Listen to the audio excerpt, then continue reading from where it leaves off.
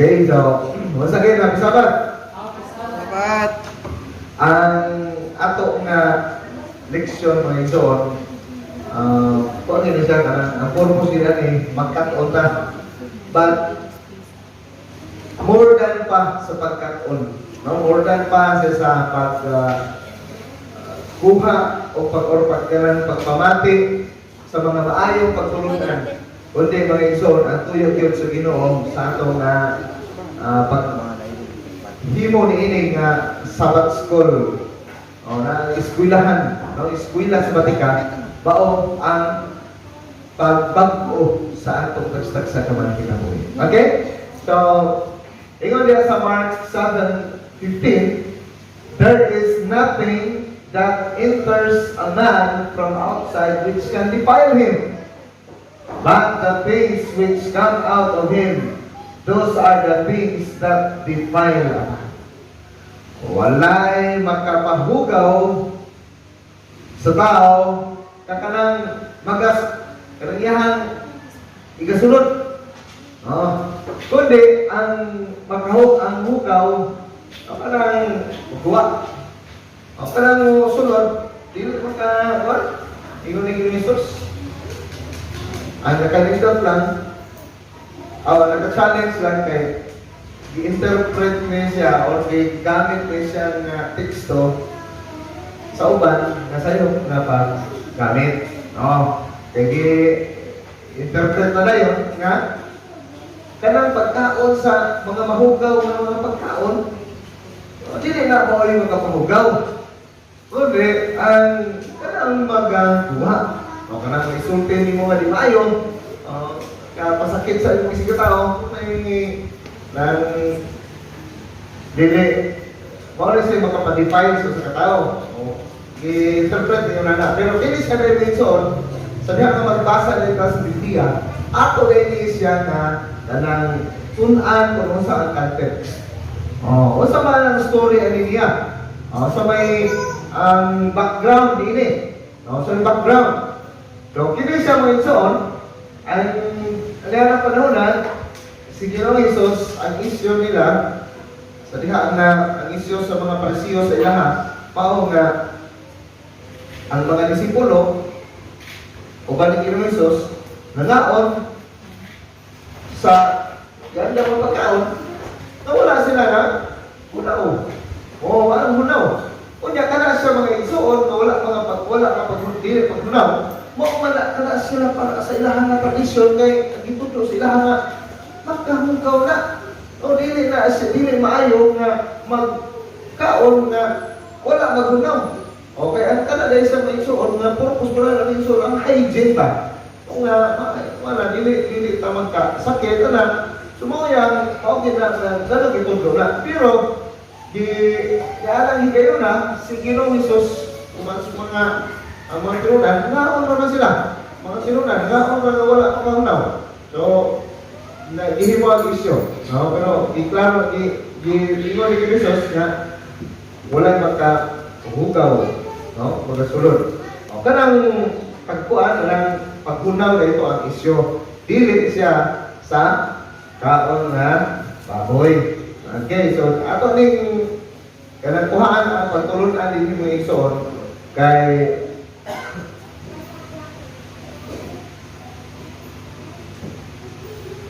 again, atong paano pagtulunan ng iyahan na mga ining ato ang leksyon karon sunod sa ato mga subtopics. Untungod ini, no? The problem of tradition, ang ilang himo, gibaylo na nila ang tradisyon sa sugo sa Ginoo. Una-una. Then ang ikaduha ka subtopic na to, what pollutes and what doesn't. Sa may makapahugaw o sa may dili. Then ang other sa tradition o sa mga Gentiles, doon ay gisutadya matungkol sa little dogs that surpass their masters of ears that are left open. And then ang ikatulo is the yes of tradition. So, dinita sa the problems of tradition. Ang sugo sa Ginoo, i-replace na nila ang tradisyon. Ang mga nito, minsan, ang tradisyon gihimo na siya na mas labaw nga sundon no kaysa mga sugo sa Ginoo. Usod gani ang tradisyon mao na siya gitagaan o pagtagad kaysa sugo sa Ginoo. Dili na kaayo tagaan pagtagad ang pagbalaan sa pagkukulan. Dili na kaayo tagaan pagtagad ang mga sugo mitungkol sa pagkamot sa kinahan o ikaduha o sunod kana po ba ng sugo mitungkol sa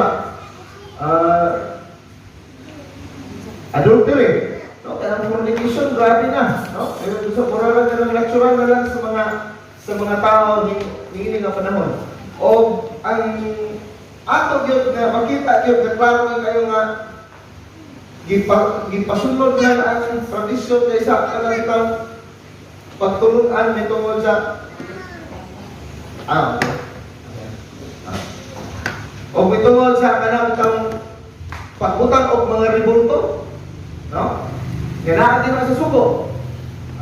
Dili ka mahimo og larawan sa ginoo. Bisa dakway ako sa langit. Bisa yuta og ladom sa mga tubig. Dili gyud mahimo og mga larawan niya. Pero kay ang tradisyon nagtudlo man nga butala sila dito o ano ng larawan kay lasimbog man ang pagtulunan sa paganism kani sa Kristyanismo. So muna na ang sugo sa Dios gi-replace ang tradisyon sa sugo sa Ginoo. So muna siya nga sa ato nga bisan sa ato sa atong mga atong pagtulunan usahay pod no na sa ini mga panahon ngayon na nga ato pong gitagaan o pagdagat ang mga sugo mga pagtulunan nga gitudlo sa ginikanan kaysa pagtulunan nga gisugo sa Ginoo. So ang pagsugod sa Ginoo, ang sugon sa Ginoo ito siya nabaw. So the last great conflict between truth and error is but the final struggle of the long-standing controversy concerning the law of God. Upon this battle, we are now entering a battle between the laws of men and the precepts of the Lord, between the religion of the Bible and religion of fable and tradition. So, mo say great controversy sa mga pagtulunan, no? Kay ang ato ning pag-aano asa ba nato pagkatagad ang suko ba gitudlo sa tao nga mao na sa tradisyon o kana bang kasuguan sa Dios or kana bang religion of the Bible or religion of fable and tradition.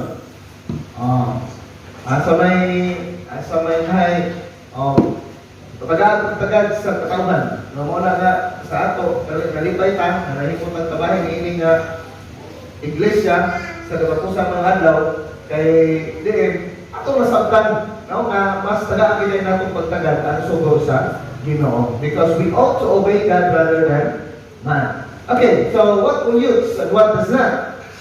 Sunod pa sa ato nang gisaysay ganiha nga ini dahil siyang may tungod sa paghugaw ng igsoon, naalay na siya sa ilahapon nga nakuha ko na nila o gibasihan ko nila mga igsoon sa New Testament, sa Old Testament, no? Sa pag-sacrifice nila sa mga mananak. No? Na diha sa hangay ito, 12 to 13, nila punto diha na the sacrifice meat became unclean when touched by someone ritually unclean. So muna nga mahimong unclean ang tao nga nagikuhaan na nila o pasihan nga ma-unclean ang tao, mahugaw ang tao sa diha nga tandog siya sa pagkaon. Tandog sa pagkaon nga wala na kabang paghunaw o nila gitudlo sa mga tigulangan. Pero nakita na siya sa idea nga karang mga kanang pagkaon gihalad bitaw nga mananap ug tandog dito siya sa tao nga dili siya ang ayan nga motandog dito mahugaw. So diha ko nila gikuha. So in Parasite tradition, this was extrapolated. No, nahimo siya extrapolated nila. Really good. Kani ingon diha sa Leviticus, no? 11. And for any person, whether impure or not, the question had nothing to do with the foods that could or could not be eaten, but with the way in which they were eaten. Mo din ay pasabot dihay. Kung dili na siya ang gipasabot ang our question may tungod sa pagkaon or sa dili pagkaon. Naagay siya kung giunsa o the way they were eaten. Sa usa ka paagi sila gi kaon. No? With purified, washed, or unpurified and clean hands. So mo din ang issue ha. O kanang nga issue na diya sa Mark 7. No? So therefore, if you did not wash your hands in a certain way, the food na imong gikaon mahimo siyang impure. Oh. But Jesus made it clear that clean food does not become unclean by eating it without performing the traditional rite. Oh. So, yan is klaro ni Jesus. Dili na maoy maka pa-unclean or kapahugaw. So, however, what really contaminates a person is what is inside them. Our sins arise from our desires and thoughts. So, ang sala, dili siya mo arise sa ato sa huna-huna, no? Sa usang hadlok o sa huna-huna. Now, arin po ta sa tradition o sa mga Gentiles. Kay wow, gaypon niya kung sila yung panghuna-huna ng igsoon na nagyan kung tutulo na ng mga Jews may tungkol sa kanang mga Gentiles. Ang gipakita nito ang kapalanaaw ni Jesus kanto sa kay Pedro ng igsoon, auto ang pagbadlong sa panghuna-huna, sa sayop ng panghuna sa mga Jews na dili sila mag-iguban sa mga Gentiles o sa mga Hintil. Kay kung mag-iguban sila sa mga Hintil, mahugangan po sila. Oh, basta po, ako, hintil ko. Kuy-kuyog si Brad Charlie sa kuwang na usak ka Diyo.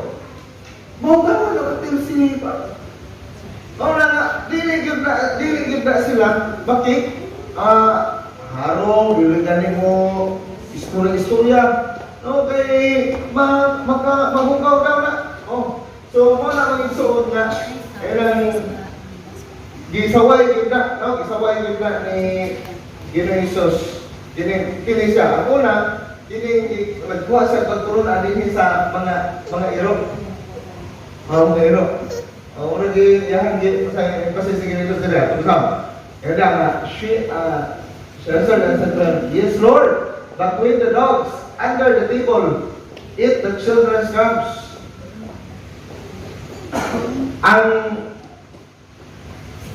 kini nga babae, ang story ini nga marabat ka ng wala ba sila rin katano pagtagado ang mga kini nga babae. Pero niingon siya, grabe gitutuwa mga babae. And siya, yes Lord, but even the dogs under the tables eat the children's crumbs. Kanang mga munggo diha sa ilalom sa lamisa nagakaon ang hero.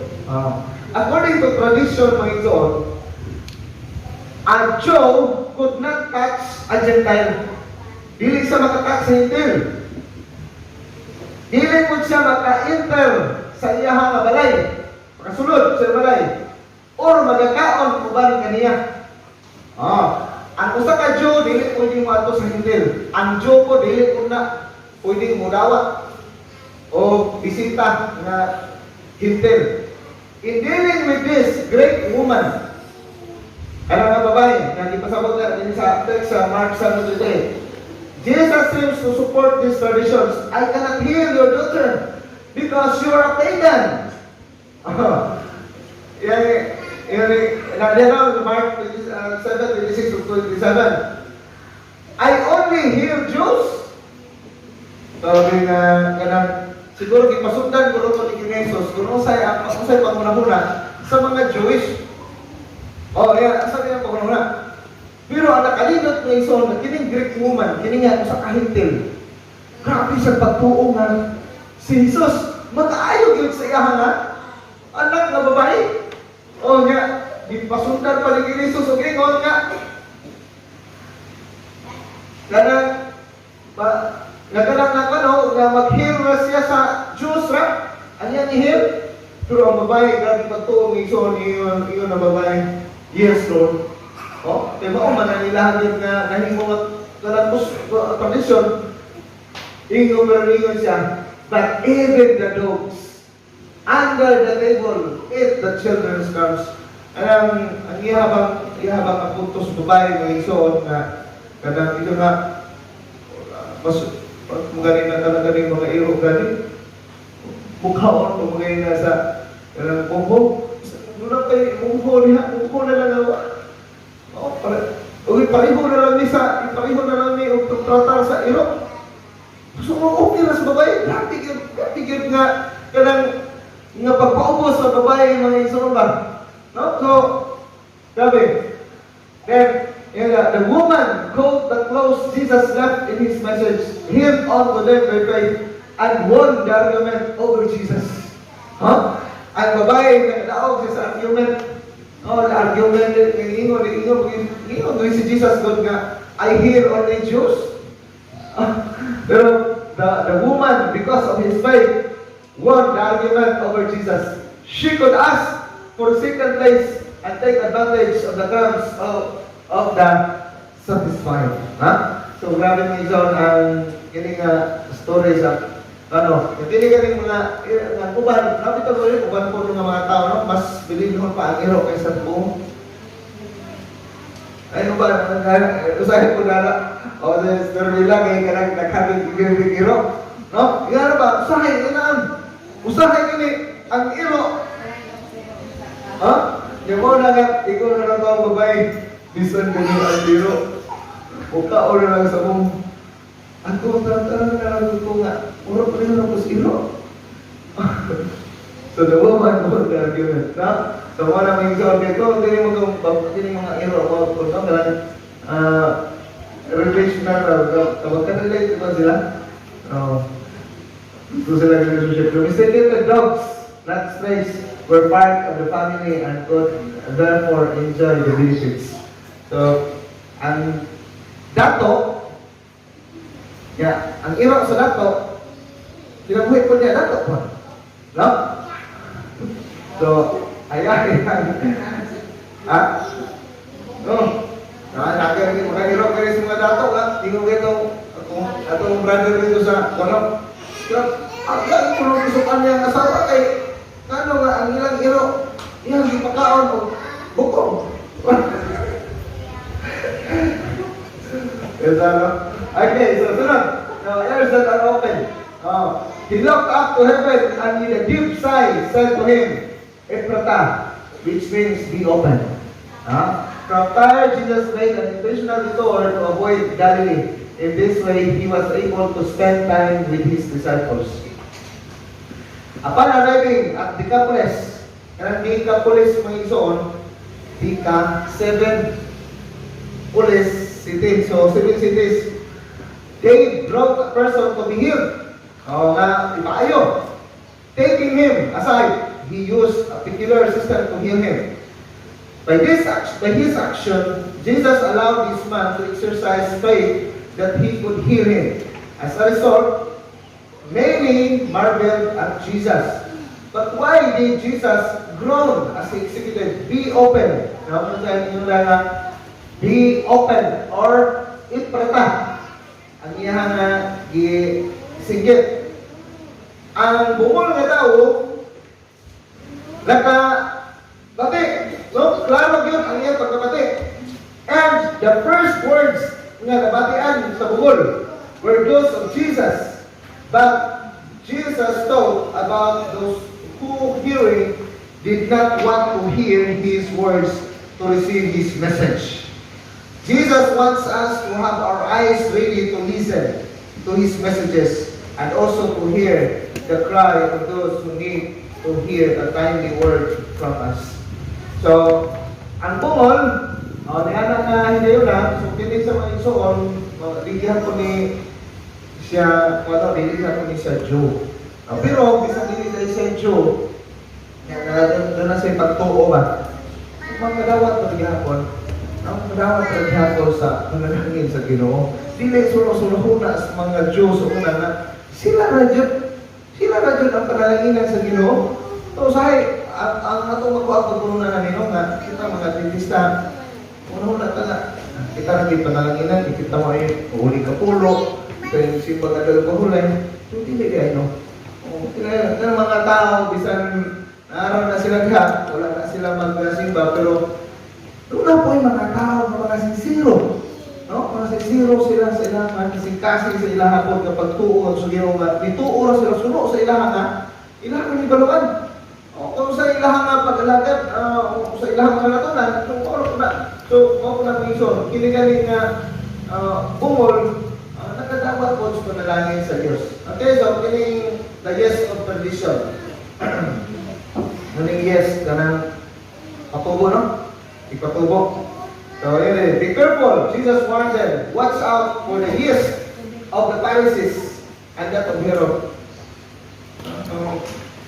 Atong i-dig up different yes mga ison. When they arrived at Dalmanuta, Jesus met the deep Pharisee who asked him for a sign of his authority. O ito matod. O sabay, ito matod na imo nga laasan mo ang authority. O ang sa bungol nga Pariseo. He refused to give them any sign. Nothing could convince those who did not want to be convinced. Disappointed, he left the region, embarking with his disciples. During the journey, Jesus spoke to them about the years of the Pharisees. That is the teaching and traditions that permitted religion and corrupted it. So, si Jesus mga igsoon, nibiya lang siya. Atong dili gusto mo pamati.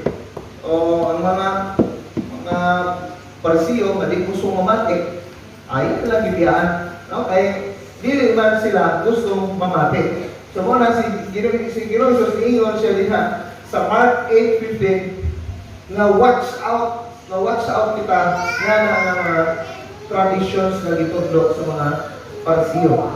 The disciples did not understand the metaphor. They thought that he was reproaching them for not having brought bread. And they believed that they should not buy bread from someone who was a Pharisee or Sadducee. They forgot that Jesus had made unlimited resources available to us. So mga ison, ang kinidihin nga may ito sa yes of tradition na mga ihagyo na gikondin na Jesus mga ison ang pagtulunan nga tradisyon nga musurpas pa siya sa pagtulunan o susugor sa Ginoo. So, ngayon pa din sa comment ni Sister White sa selected messages, I will not do for us to float along with the current, guided by tradition and presumptuous fallacies. We are called laborers together with God. Then let us arise and shine. There is no time to spend in controversy. Na paglalis-lalis, wala tayong panahon nga dahil pa kanya na panahon nga lalis-lalis pa. Those who have a knowledge of the truth, as it is in Jesus, must now become one in heart and purpose. Kita mo, usa na ta. Kasing-kasing usa na sa tiwan. All differences, usawa na to. Must be swept away. The members of the church must work unitedly under the great head of the church. Amos ni Jesus, let those who have knowledge of the truth arise and shine. Cry aloud, spare not, lift up their voice like a trumpet. No longer mutilate the truth. Let the soul cry out for the living God. So, muli siya panawag sa kuatron. Ang kita na naaning ini nga kamatuoran, kinabuhi ini nga kahayag, kita may gamiton sa Ginoo nga upasidlat ta atong kahayag diri sa ato nga palibot. Ingon pa sa Revelation 18:1 nga ang himaya sa Ginoo iyang ipasidlat sa tibuok kalibutan. Isa yang gamiton sa pagpasidlak sa iyang himaya kita. So, wala siya appeal sa Ginoo sa tuwa karon na wala na panahon nga dapat ato himuon para sa mga paglalis-lalis pa. Kung doon naman rin mga dapat lalisan, ano na lang na? I-wakli na lang na. No? O di, ang atong pukusan mga mahimutang usas kasi kung usas katuyuan. Ang atong mga differences must be swept away. The members of the church must work unitedly under the great head of the church na mao si Ginoong Jesus. Okay, so sa gusto niyo ang mga ikadugang o doon ay gusto niyo i-clarify sa atong leksyon. Atong